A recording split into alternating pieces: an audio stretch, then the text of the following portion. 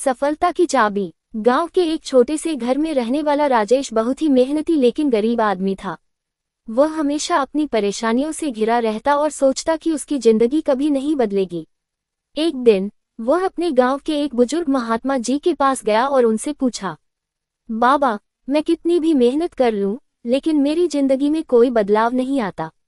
क्या मैं हमेशा गरीब ही रहूंगा?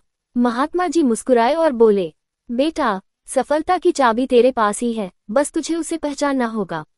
राजेश ने आश्चर्य से पूछा, कैसी चाबी?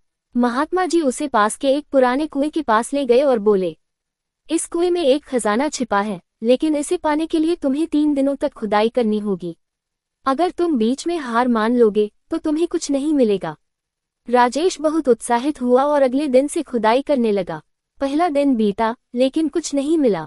दूसरा दिन बीता, फिर भी कुछ नहीं मिला।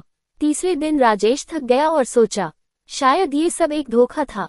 वह निराश होकर जाने ही वाला था कि महात्मा जी वहां आए और बोले, अगर तू आज रुक गया तो ये खजाना तेरा नहीं रहेगा।